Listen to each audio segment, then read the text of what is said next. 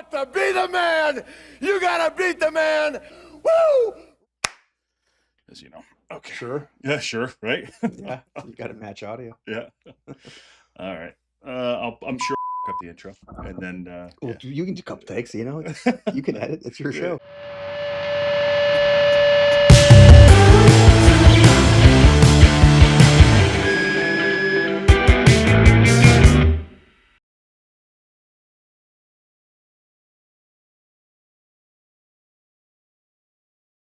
Hello, everybody. Welcome to the Local Pundit. I'm Josh Anthony. Today we have a very, very special guest with us, and we are on site at a pretty awesome place. We are at the More Better Productions offices in Los Angeles. Thank you very much for having us here. Absolutely. We have a guest that I'm really excited to talk to. We got a few minutes to kick it around earlier, but yes, he's had a career for about 15 years in the industry. Does that sound about right? According 20 in the industry and 15 directly with Mr. Rob McElhaney. Yeah. So yeah. It's been a long relationship. Yeah. I'm pretty much like tied for the longest with my wife. Okay. Like, yeah. It's a close tie. Yeah. I've had a relationship with him just as long as I've been with my wife. So yeah. Started out as a PA, production assistant. I think it was on Always Sunny in Philadelphia. Lots of Starbucks orders, but you know, I'm sure you learned a lot. Organizational. It was a feature film actually, and then I came over and assisted for Rob, Charlie, Glenn. There was 2 other assistants for all 3 guys, and then nice. Grew from there. Yeah, I have that note here. 2008 came the assistant and gravitated toward Rob. Is that correct? As his assistant, it's probably right after his episode of Lost, which probably moved you over there too. And then after that, was a creative executive at RCG Productions. That's Rob, Charlie, and Glenn's production company, as you mentioned there too. Producer of Always Sunny in Philadelphia, one of my favorites, and also award-winning Welcome to Wrexham and Mythic Quest, and now the vice president of content and operations for More Better Productions. And the Local Pundit welcomes Mr. Bryan Swarberg. Thank you. The resume sounds like a lot better when you're reciting it. Yeah. When someone else tells it to you, it sounds like it's got more gravitas. You're like, hey, that sounds really good. Who is that guy? Oh, shoot. Awesome. I have done all that. Well, so I appreciate you having us in, and thank you. Again, offices are awesome. We always kick everything off with an origin story. So, about yourself. Tell us about yourself. Give us the background. Okay. Let's see. I was no stress. very much into like sports when I was younger. Kid growing up in San Diego. Played a lot of soccer. Played a lot of baseball. And then around like middle school, I'd say, and then going to high school, I got really into like theater and just performing, you know, and just making people like laugh, think, cry, all the things that come with performance. And I was like, I really want to do this, but I kept playing sports. And then went to UCSD, got myself a theater degree, which, was well worth the money. Just tacking that on. Yeah. Moved to LA because it was easier than New York. Kept playing sports, just amateur wise. And found out that, TV film was much, much different than theater. Not better or worse, just much different. And I loved it. Loved the fact you reach a wider audience. Was lucky enough to, get a chance with those guys. And then that's pretty much it. But yeah, just kid from San Diego, little theater kid who's now doing things with TV film. Doing great things, man. So you theater, did you want to be an actor or a writer, or was it Yeah, I mean, I just knew that I wanted to like help tell stories. I did a lot of acting, but God bless my high school theater department, and then junior college, and then university. You're doing everything. You're learning about production design and taking writing classes and, ADing or stage managing, whatever that might be. So, I just knew I wanted to be a part of entertaining as many people as I could, Yeah. So. What was one of your favorite plays you did when you were in high school? You remember? Oh, God. High school, we did a lot of musical theater, which was fun. When I was in college at UCSD, which has a relationship with the La Jolla Playhouse. Okay. Which has put out a lot of really good shows, like the Who's Tommy started there. We did Marat Sade, which has a much longer title. Okay. I don't know if I know that one. Yeah, it's essentially like it's about the inmates of an insane asylum. Okay. Putting on a play for leadership. Okay. And it's so weird and crazy, but it was like really cool. So I got to play essentially like the narrator type character who gets to break the fourth wall and Yeah. engage with the audience. But there's a lot of musical numbers. Hmm. So I also got to go drum. I used to drum a bit. Okay. And we had this like shoddy little, like a drum kit that you could only make like with spare parts out of an insane asylum. Yeah. And it was just so much fun. And being able to like talk directly to the audience That's awesome. and just play and have fun as like a also crazy person. And that was great. So I mean, obviously theater, growing up, I did some theater myself. Oh, but yeah? Yeah, for sure. I was an actor for like 15 years. So what's your favorite? Oh, I did the Seagull actually. Oh, sure. Yeah. Chekhov. Yeah, I did the Seagull Wow. with Jenna Fisher actually. Okay. Yes. All Right right. before she got the office, and she was like, "I did this thing, and I Was gotta that here in go." LA? It was here in LA. Yeah. That's awesome. And then she was gone. Yeah. Never heard from her again. Yeah, and then she's gone. Yeah. God bless her. And good for her. Yeah. So yeah, you said you got the BA in the theater, but you're playing sports. Obviously, you're injured, not hurt today, right? Yeah, Yeah. injured, not hurt. Definitely on injured reserve for some time. Probably as a result of a lot of those sports. Mhm. Probably more the golf, Yeah. maybe the drumming. But it was a long time coming, so it's just I wasn't like skateboarding or anything. Yeah, It was nothing. all maintenance repair It was to awesome. hopefully let me keep playing sports, until I'm much, much older. Yeah. So Just putting your body back together right, too. right. He said like, you moved to, I did the opposite. I moved from Connecticut to LA. You didn't want to go to New York City. So what was the choices there for you? Obviously. I did. Like it was really because there's obviously a bigger theater scene, right? Yeah. But one of my best friends got accepted into the UCLA grad program, and Mhm. he's like, "Well, I'm gonna go to LA." Well, like, well, that's just easier, and I Yeah. stay home, and like I can still do the thing up here. So it just became an easier transition, and very fortunate because it worked out. Not just the gig, but met my wife here, had the kid here. So yeah. That's worked. I mean, it's not that far, but 2-hour drive. Well, traffic, a whole other story, but yeah. 2 I hours. prefer the train. I prefer, okay. Take the Amtrak down there, Yeah. get some work done. Okay. Open up the laptop. Yes. And you guys working your ass off, and I see the laptop's right there in case it buzzes. You gotta go. So I close it so it wouldn't notify me. Yeah. Yeah. You got to take a time out. It's okay. Yeah. It's late on a Friday, so most Yeah. people are getting into their weekends now. Yeah. So, But for us, we're kind of looking over tomorrow because 3 o'clock, know. 4 o'clock in the morning. Yeah, it's a Friday. We do have a game tomorrow. We'll try to do it quick, but in like 12 hours. yeah, like, 12 it's- hours. Yeah. We have to go to bed Yeah. like after we break this whole thing Yeah. down. I was going to ask you later. I mean, but do you have a routine? Do you have a game day routine? Yeah, so usually when it's the sevens, I wake up, my daughter's waking up around the same time. Yeah. So we'll start kind of watching together, Mhm. and then she'll eventually want to get on the iPad and she'll kind of tune in. Yeah. But like when I get excited, she'll get excited. So Okay. that's kind of fun. And then around halftime, I'll start making breakfast Mhm. while I keep an eye on it. But yeah, and then like my mom, we text very frequently during those morning matches. There's a lot of times where maybe like I stayed out a little later on Friday night and not getting up, but I'll wake up to her texts. Yeah. So I'd say like those are the rituals, is like getting up with the kid, texting mom, Mhm. and then halftime breakfast is sort of the ritual. So you got the 4:30 in the morning is killer. Yeah. Hopefully we don't have a lot more. That's a whole different process. So for that one, I will set the alarm, Mhm. and then I'll bring the game up on my phone. If I'll probably move to the couch to not Yep. disturb the missus, Yep. right? It's And then important. kind of like with one eye open, I'll be paying attention and waiting for hopefully something exciting on our side Mhm. to sort of rouse me and check in. But then by halftime, like I'm fully awake. Like Yeah. by 5:15, I'm fully in. So Yeah, I'm very nervous about tomorrow. We were talking about are you? yeah, I'm nervous about just waking up. I got like 3 alarms set. I got someone calling me at 3:15. Just make sure. I want to be right. I gotta be. I wouldn't say they would say he's in makeup. But for me, it's always to shoot the rehearsal. Yeah, So, I will say there's probably been maybe one or two times over the past 4 years where I've like gone out on a Friday and Mhm. maybe gotten home around like 1 or so, like closer to bars closing. Yeah. And I'm just like, I'm just gonna grind it out. Yeah. I'm Oh, just you gonna- did? I'm just gonna stay up. Yeah. for you. I'll find a way to distract myself and make another pot of coffee. Yeah. You just raw dog it and then take a huge nap. I take a big yeah. Yeah. Last week I got totally thrown off, so I'm expecting that tomorrow too for Yeah. sure. But hey, as long as you get the W2. You're right. Well, this will help, like maybe getting me acclimated because we're gonna go out Mhm. shortly after. Okay. So get on the UK Yeah, schedule a see, little bit better. we'll bring that up in a bit too. I think we might run into each other while we're I there, hope which so. is great. Going back a little bit too, you talk about moving up here. Your first job. Like, I mean, do you remember your first job in the industry?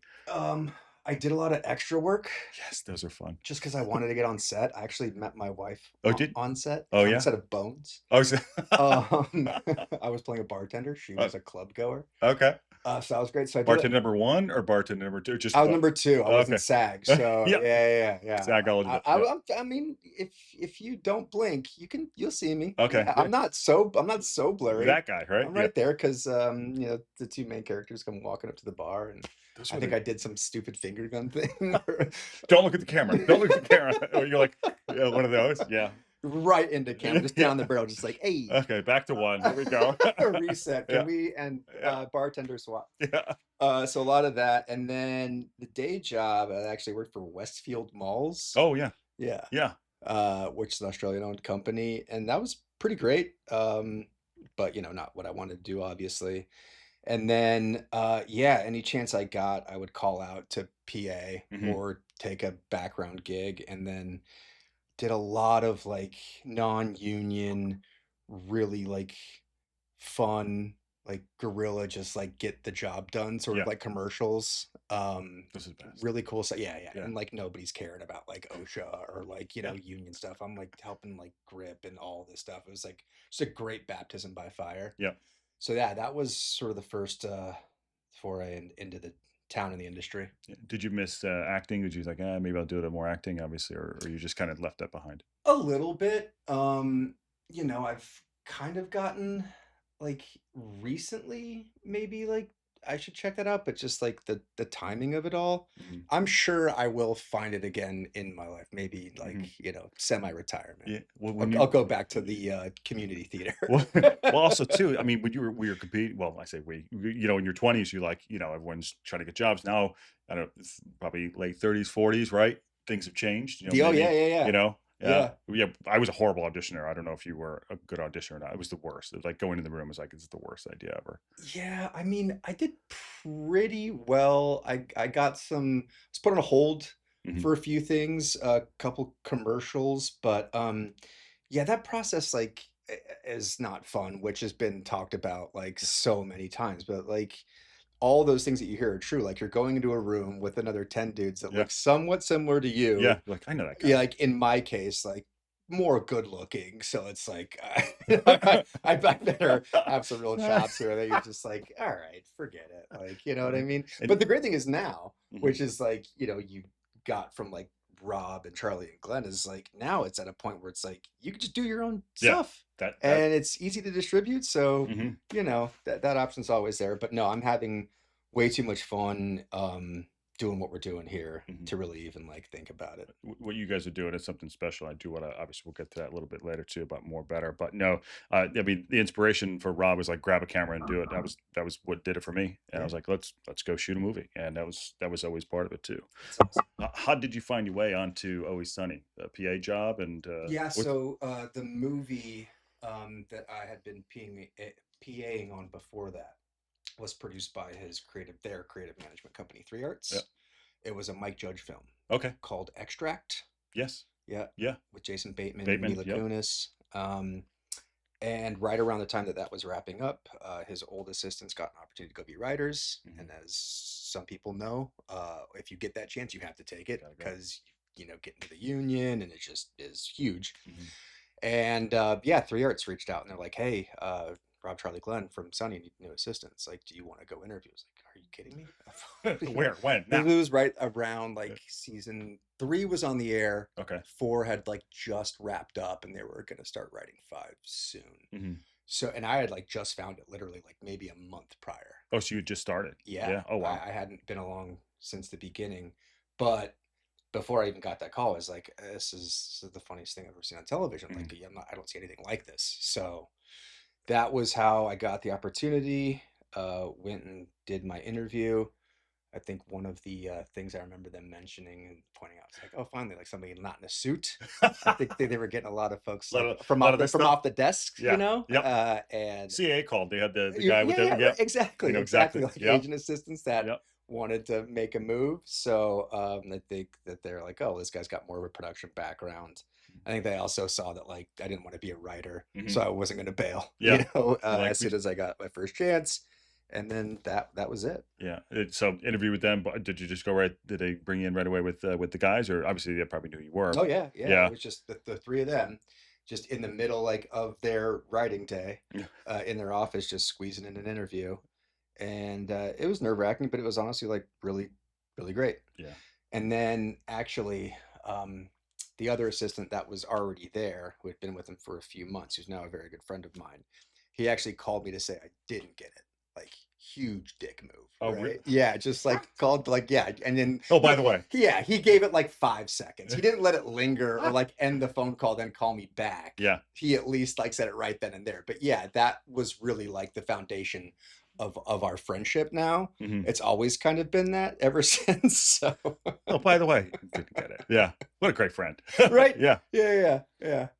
But I mean, that's he is a character, and I love the dude. So you know, it's all good. Do you think that's the change? I mean, obviously, you know, coming where you are now, it's got to look back. It's like, wow, that's pretty impressive to do. I mean, it's not easy to get those jobs. They're very, you know, they don't put them out on the paper.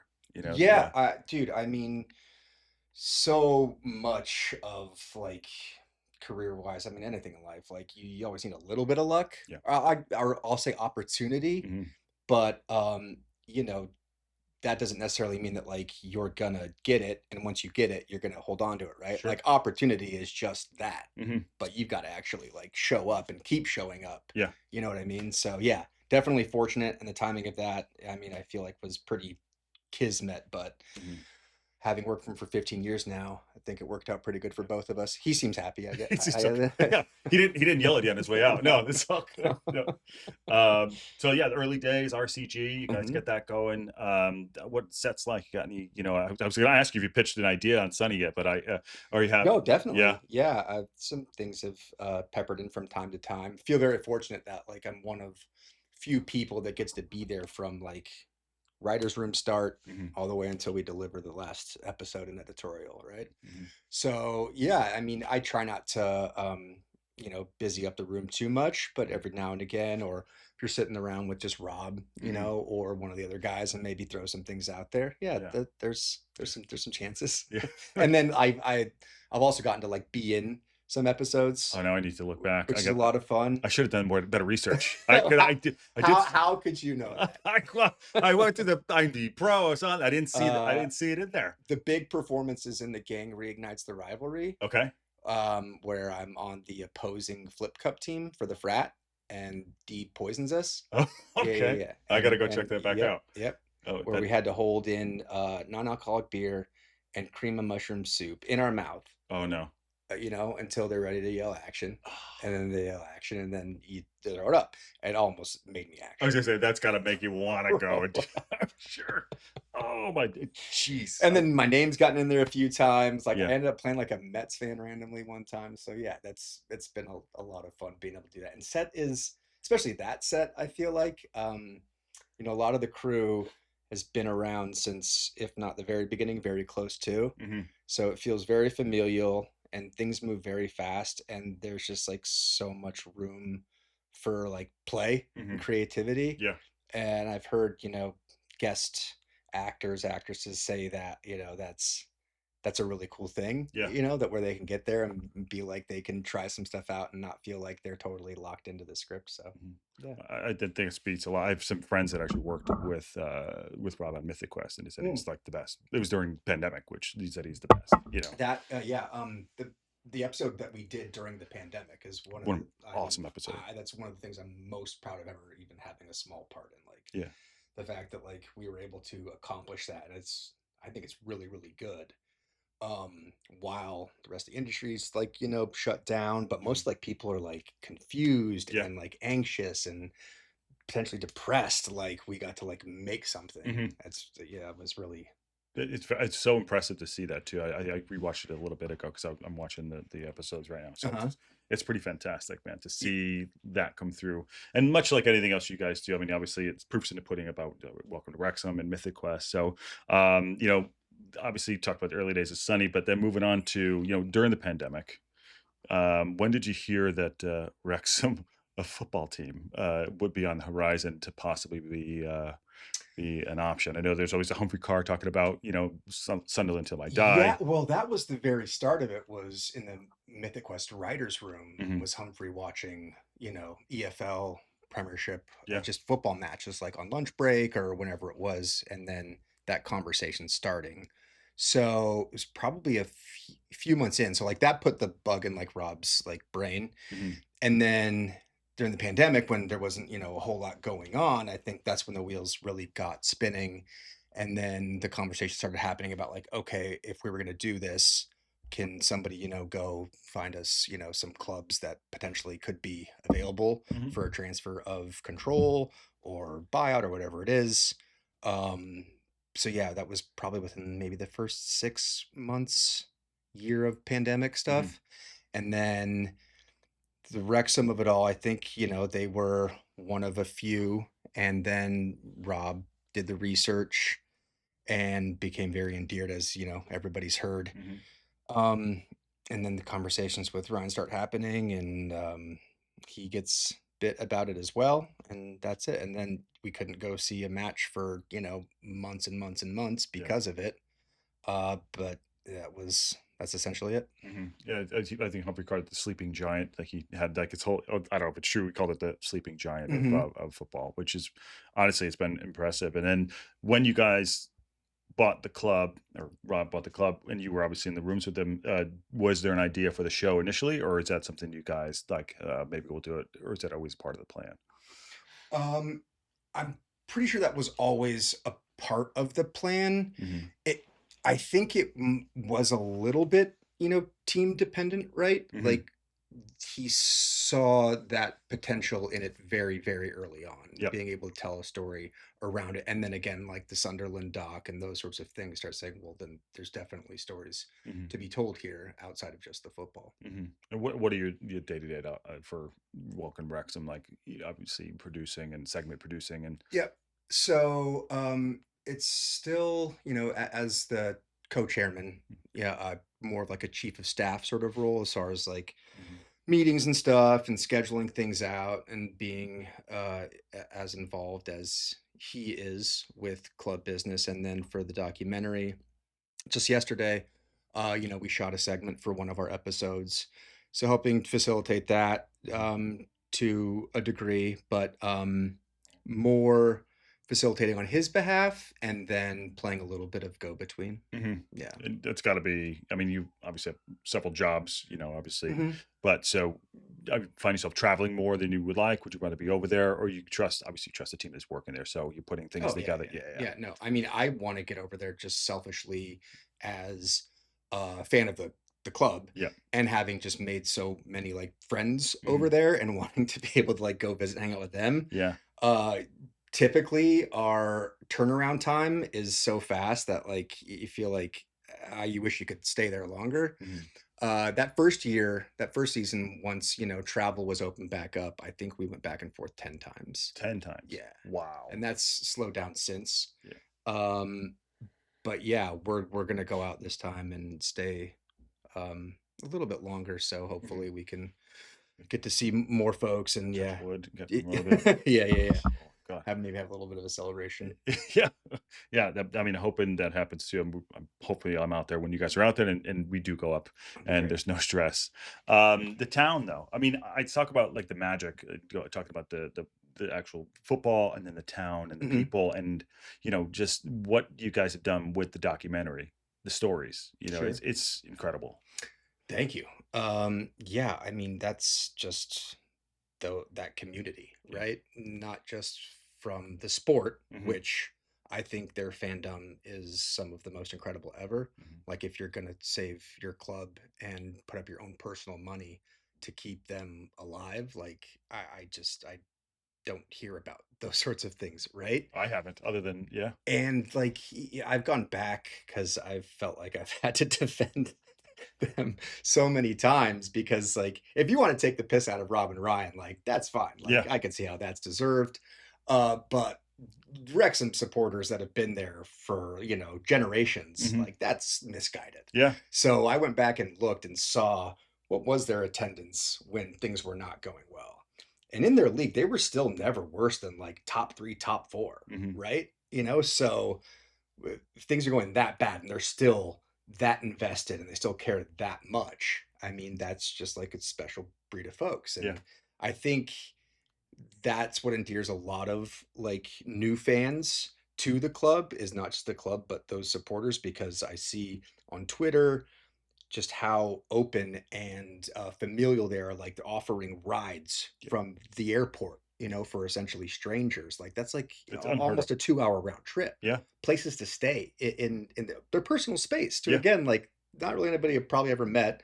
I hope you're a normal person. Yeah, like they show But up and like, you love this club, you love this town, and you want to come be a part of it. How can I help shepherd that? Like, that's phenomenal. I've never. We have a lot of supporters globally that follow the channel. Obviously, fans of Wrexham, and they do go like, "Oh, I've stayed with so and so at their Yeah. house." I'm like, oh wow! I mean, I don't know if I can pass that through my wife, but Right. yeah. But she'd be like, "Sure, you can go," but but I mean, it's an incredible thing. It's like that magic that I don't think you can actually touch. That Yeah. I think that no one knew was there. Again, back to the sleeping giant thing, Right. and I don't know if it'll ever be replicated. And by the way, every season that you guys have done has so much heart to it, and every story is Mhm. incredible. Thank you. And I know you guys talk about their story. There's thousands of stories through the town, and you guys just seem here I am, just seem to find it, and that magic is there, and it definitely shows, comes out the page, and it's so impressive. Yeah, and I mean, like, seeing just the effort and appreciation and just like willingness, Mhm. right? Like, because I'm sure that's not easy, when the circus comes to town and there are cameras everywhere, opening up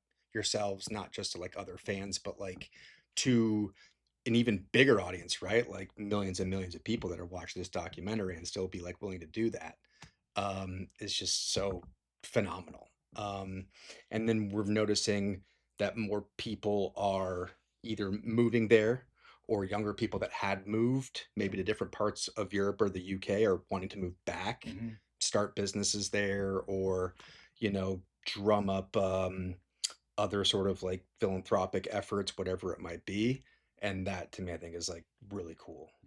Like a welcome back to Wrexham. Yeah, we So were always here, the people, but there's like now a shining light on that too, and it's mhm, really just impressive. And there are some great people in town. I've met a bunch of them too. I met a bunch of them on the Rex Coast tour, which was sure. impressive. Obviously, international fan base and the local fan base. I think there's a really good balance between both. Have you seen anything? Obviously, you're shooting. Have you Mhm. seen anything that catches your eye for stories in that way to talk about the global fan base and the local fan base? I know you guys are doing things this season. Yeah, I mean, we've got a great story. I don't want to spoil anything about um, some folks from other parts of the world that gravitated towards Wrexham for reasons I won't divulge, so you can Yes. watch. So yeah, we have pinpointed a little bit of that stuff, but I mean, the heart of it all, while we appreciate, like, obviously all like the, US and global fans, um, and their engagement, the thing with Patagonia Yep. last year, the heart and like the core of it all is still there. Yeah. But with Cosm and how we can connect people from the US as closely as possible, try to immerse them in, the race course, which is, you're never going to do, but they get pretty darn close. So we talk about that a little bit, about making that, sort of connection. So yeah, we're definitely like aware of it and touch on it a little bit, but we still Mhm. stay home for the most part. May 15th, that's when the new season drops. They're Mhm. dropping 2 episodes first. Is that correct? It's going to be 8. Is that? Yeah, I believe they're doing two first. I think so. Yeah. I Mhm. I don't. Maybe I'll check. Checks his notes. Doesn't have it. Things do change, Yeah. so it's tough to commit. Like, there's an expectation of when like Sunny was going to drop, and I'm not sure if that's going to be delivered on. So I don't want to say anything. Cut that. There you go. There you go. And we went dark there too. Well, you can leave it. You're not going to get me on record like making any promises. This is when it's happening. Mark his words. I swear. It will come out then. Yeah. That's for sure. Oh my! So you're balancing 3 shows. You guys are balancing. I mean, amongst everything else, and a football club, and family, and life. Mm-hmm. I mean, your life balance? I mean, you got to look back like, oh, how did I get here? How do I get? Totally. It's got to be, a moment like pinch me. Do you have pinch me moments all the time? Yes. Yeah. When I try to find them, I try to like sit in them a little bit longer. Yeah. Because we're so go. Mm-hmm. I feel like you don't get a lot of opportunities. Just like take a breath and just like, man, look at what I get to be a part of. Yeah. So yes, those absolutely happen. Those pinch me moments. But I mean, I was very confident. I think one of the reasons why I gravitated towards Rob was because he just had big vision, big ideas. He was going to do something awesome and massive. And I think there's even more on top of, which is what's crazy. Like that well still hasn't been fully run dry yet, which is why like I just want to work for this guy, you know what I mean, and help support him. And yeah, totally. I mean, not only does he make stuff that I could be proud of, you know, that I want to be a part of, but like just a good human being. Yep. So I'm not totally surprised in that regard. But I didn't know specifically where it would take us, and I'm glad it's here.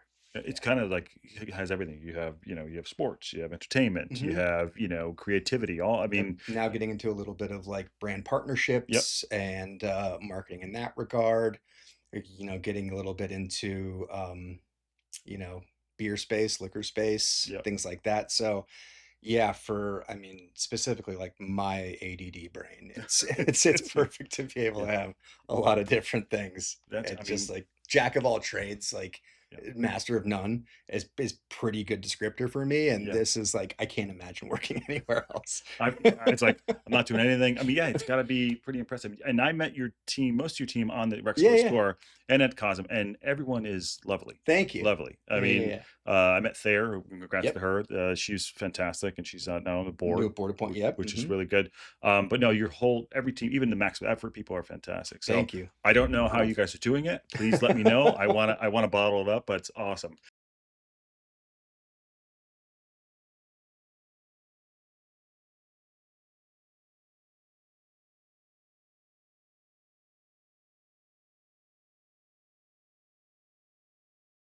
But to be the man, you gotta beat the man. Woo!